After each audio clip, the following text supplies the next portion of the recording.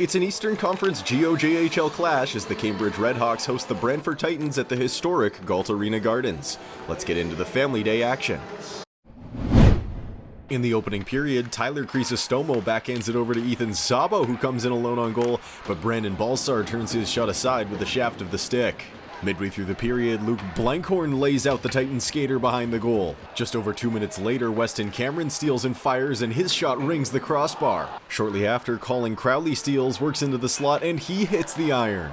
At the other end, Jack Panko's shot is blocked. He plays below the goal to Kyle Henneberry, who defers to Joshua Curry, whose wraparound is rejected. He puts it back on goal, but Brandon Balsar picks it out of the air to stop play. Now in the second, the RedHawks play give and go. Reed Gamage brings it to the forehand in front, but Carter Vincent keeps the pad down to stop the chance. Now at 4-on-4, Patrick Babin weaves in, Caleb Frank loses it on the poke check, but Tyler Chrysostomo follows up to bury it. The Titans have the first goal of the contest as Tyler Chrysostomo scores his team-best 31st goal to give the Titans the 1-0 lead. With just under 3 to go in the period, Ryan Scriven picks up at center. He works in on the odd man rush and delivers to Jack Panko, who finds the back of the net through the wickets of the netminder.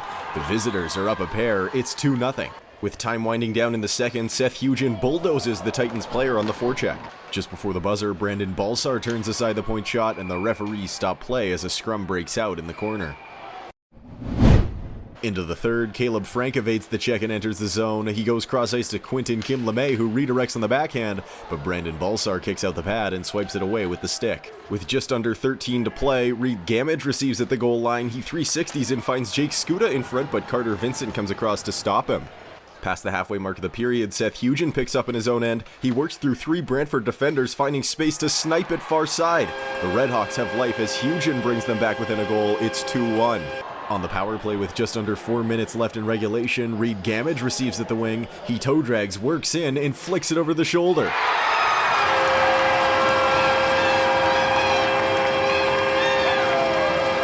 Gamage scores to tie the game at 2, and we need overtime.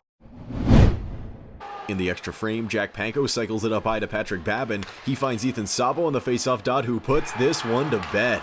Sabo gives the Titans the 3-2 Family Day overtime victory as Brantford takes this one on the road.